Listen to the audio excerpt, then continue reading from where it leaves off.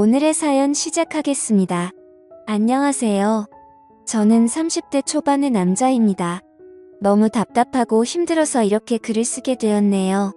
저는 이혼 소송, 상간자 소송 등을 진행하고 있습니다. 제가 이혼을 하게 된 사연은 아내의 외도였습니다. 물론 외도뿐만 아니라 여러 가지 문제들이 있었죠. 어떻게 이야기를 풀어야 할지 모르겠어서 아내의 외도 이야기부터 할게요. 저의 아내는 저보다 4살이 많습니다. 결혼 시작부터 마지막까지 그 나이차로 인해 아내와 처가 사람들에게 어린 놈의 자식이라는 말과 함께 무시를 당하게 될 줄은 몰랐네요.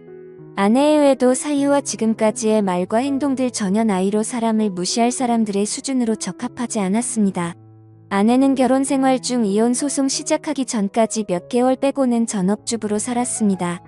소득 활동은 오롯이 저의 몫이었습니다. 혼자 소득 활동을 하는 게 억울하진 않았습니다. 누군가는 해야 할 역할이었고 가족을 위한 당연한 일이었으니까요. 아내는 매일 집에만 있는 게 너무 스트레스였다고 이야기합니다. 여러 취미활동 좋아하는 것들 해보고 싶은 것들을 해보라고 권유했었습니다. 하지만 아내는 제 조언을 무시하고 선택한 게 온라인 게임이었습니다. 동적인 활동이 여러모로 게임보다는 좋을 듯하여 차라리 밖에 나가 친구들을 만나라고 이야기하곤 했었습니다.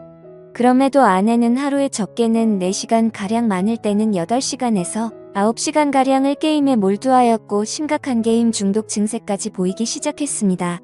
문제는 게임으로부터 시작되었습니다.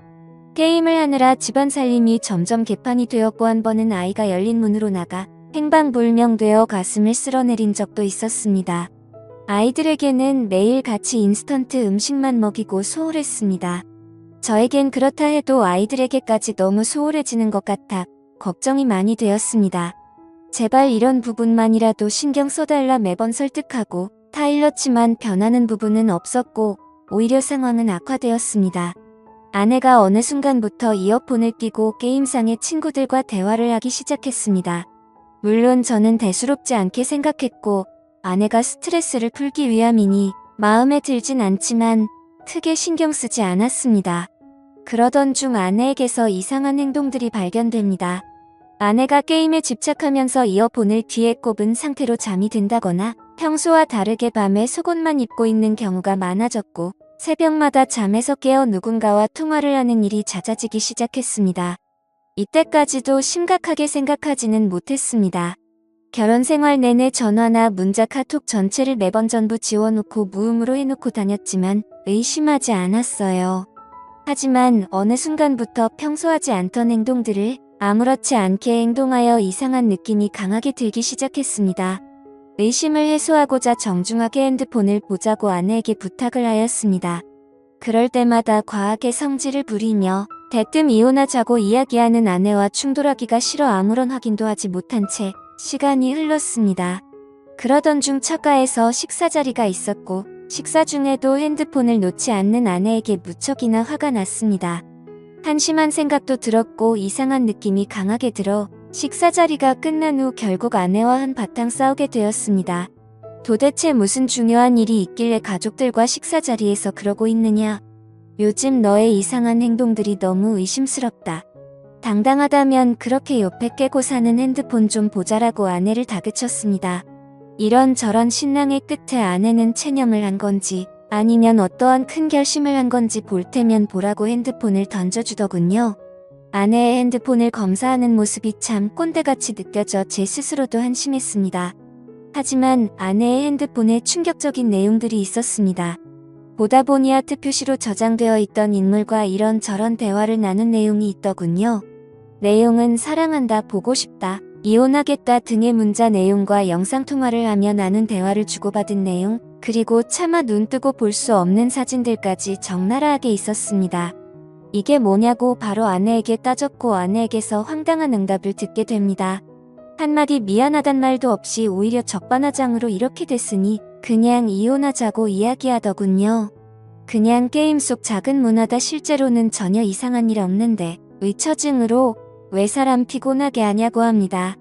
차라리 그냥 이혼하자며 이혼 후에는 차라리 본인도 자유롭게 살겠다며 이 생활이 너무 지치고 힘들다고 따집니다. 이혼하면 그냥 핸드폰 대화 내용 속에 그 상대와 잘해보겠다고 하면서요. 처음에는 믿기지 않았습니다. 아니, 믿고 싶지 않았지요. 한편으로 멍하기도 하고 너무 황당해서 그랬는지 오히려 아무렇지도 않은 느낌이 들었네요.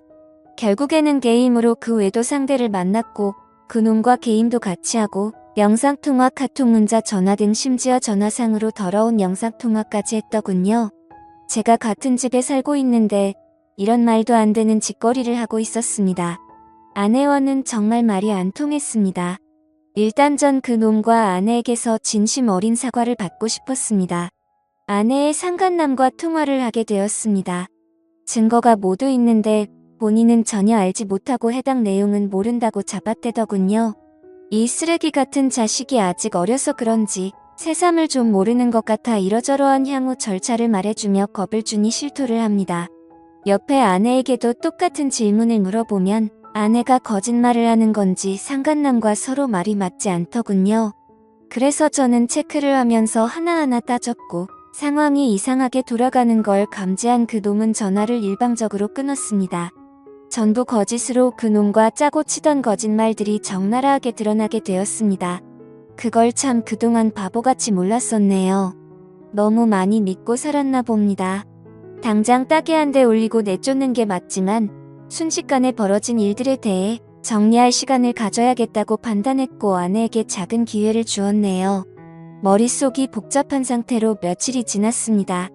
보통 다른 사람들의 경우를 보면 아내가 미안해서라도 신뢰를 다시 회복하기 힘드니 어느 이유에서든지 거절을 하더라도 자신의 잘못의 행동에 대한 죄책감이 동반되는 행동을 하는데 아내는 달랐습니다.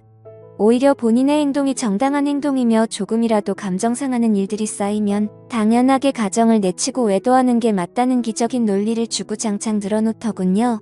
더불어 이 과정 중 아내는 어이없는 폭행을 저에게 수차례나 하더군요. 여자가 때려봐야 얼마나 아프겠냐마는 그때까지만 해도 다시 시작할 수 있을 거라는 바보 같은 작은 믿음에 일단 참았습니다. 그러나 흉기를 든 아내에게 상처까지 생겨버리는 일이 벌어졌습니다. 아이에게 못 볼 꼴 보이는 것 같아 근처 사는 동생네 잠깐 보내놨습니다. 저는 너무나 화가 났고 이성을 잃고 눈이 돌아간 아내에게 한순간 정이 확 떨어졌습니다. 도무지 이 여자같이 데리고 살 사람이 아니다 판단을 하니 이후 저도 냉정을 찾게 되더군요. 그동안 작은 희망이라도 갖고 살았던 제가 참 바보 같았다는 생각이 들었고 바로 경찰을 불렀습니다. 경찰이 집까지 도착하는 와중에도 아내는 뭐가 그리 잘났는지 고래고래 소리 지르며 난리를 쳤습니다. 결국 경찰서까지 가게 되었고 아수라장 속에서 조서를 쓰게 되었습니다. 저는 무조건 아내에게 처벌을 원한다고 강력히 주장하였고 그 길로 경찰서로 나왔습니다. 아마도 폭행에 대해서는 벌금형 이상 나오기는 힘들 것 같다고 이야기를 전해들었고 아내는 그 후로 처가에 들어가 살게 되었습니다. 이때까지도 저에게 사과 한마디 없더군요. 그리고 이 정신나간 여자가 그 후에도 본인 SNS에 이러저런 사진들과 그 상간남 사진까지 올리며 처녀인 척을 하고 있더군요. 저는 공황장애까지 앓고 있으며 약 없이는 잠도 못 들고 악몽도 꾸는데 말이죠. 아이를 위해서라도 이 여자 도저히 용서할 수가 없었습니다. 이혼 소송과 불륜 가담자에 대한 손해배상 청구까지 같이 진행하기로 했습니다. 그동안의 카톡 내용들과 사진 녹취한 음성 등 여러 자료들을 가지고 변호사를 찾았습니다. 소송을 진행했고 충분히 문제없이 원하는 대로 진행할 수 있겠다고 하는데 다만 아이가 조금 문제일 수도 있답니다. 애 엄마가 강력히 원하면 양육권은 조금 힘들 수도 있다고 하네요. 이게 말이 되나요? 이 정신나간 여자애까지 본인이 떠안을 거라고 생각은 안 하지만 혹여나 그렇게 될까 내심 걱정을 되더군요. 하지만 저는 끝까지 해볼 것이고 양육비까지 받아낼 생각입니다. 그 와중에 장모라는 사람은 전화를 해서는 제가 문제라는 등 헛소리를 하고 장인은 저를 보면 가만두지 않겠다고 합니다.